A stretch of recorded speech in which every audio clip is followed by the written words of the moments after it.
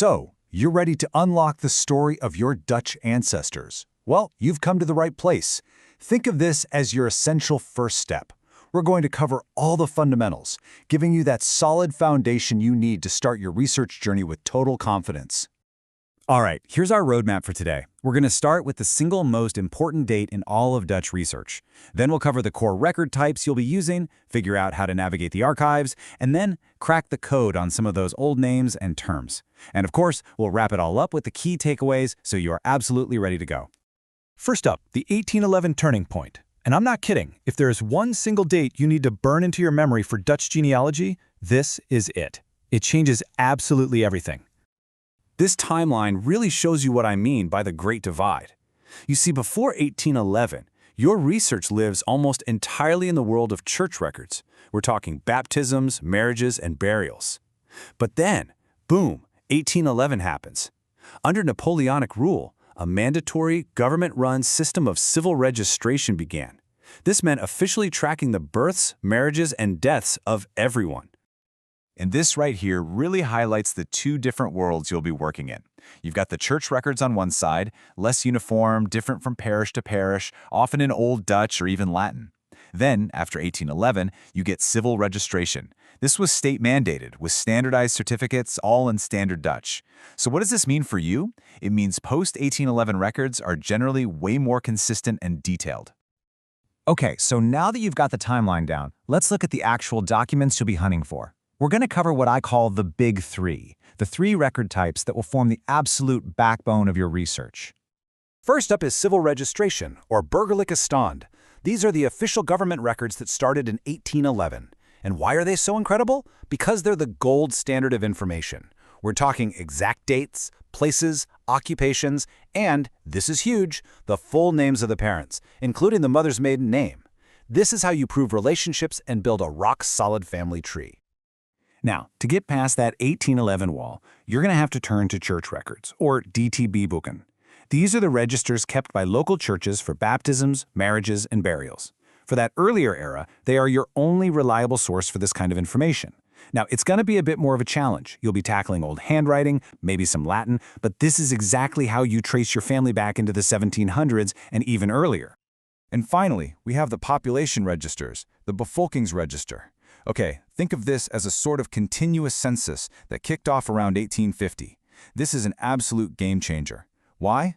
Because it gives you a moving picture of a household. You can see everyone living at a single address, their birth dates, and even track exactly when they moved in or moved out. It's an amazing tool for finding siblings you never knew existed.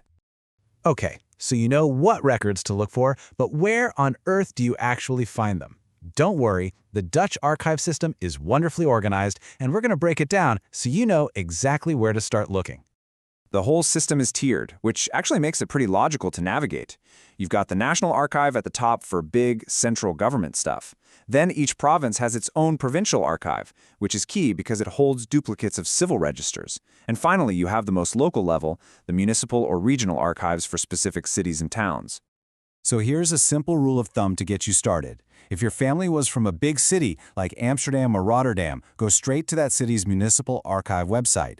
But if they were from a smaller town or a rural area, the provincial archive is probably your best bet because it often gathers up the records from all the smaller surrounding villages.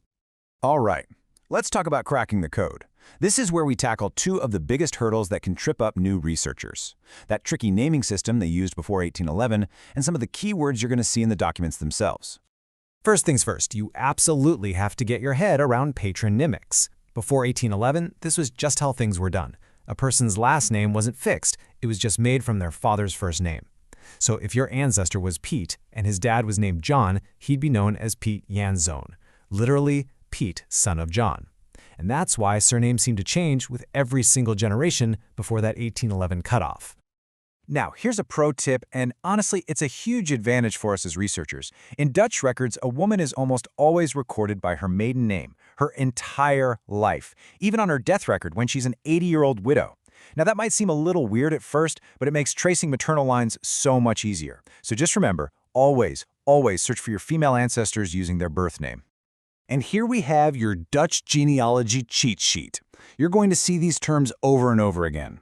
Getting familiar with words like geboren for born, overladen for died, and even the Latin filius and filia for son and daughter will let you pull the key facts from almost any record you find. Think of this as your starter vocabulary. Okay, we have covered a ton of ground. So let's lock all that knowledge in. Here are the absolute key takeaways, the stuff you have to know for your research and, yes, to get you totally prepped for that quiz. Let's run through them one more time, nice and quick. 1. The 1811 rule is the Great Divide. 2. Focus on the big 3 records first. 3. Start your search at the right archive, local for big cities, provincial for small towns. 4. Expect patronymics before 1811. And 5. Women always keep their maiden names in the records. If you can remember these 5 points, you have an absolutely fantastic foundation to build on. You see, your family's story is all there. It's written down in these records, just sitting there, waiting to be discovered. You now have the keys. The only question left is, are you ready to read it?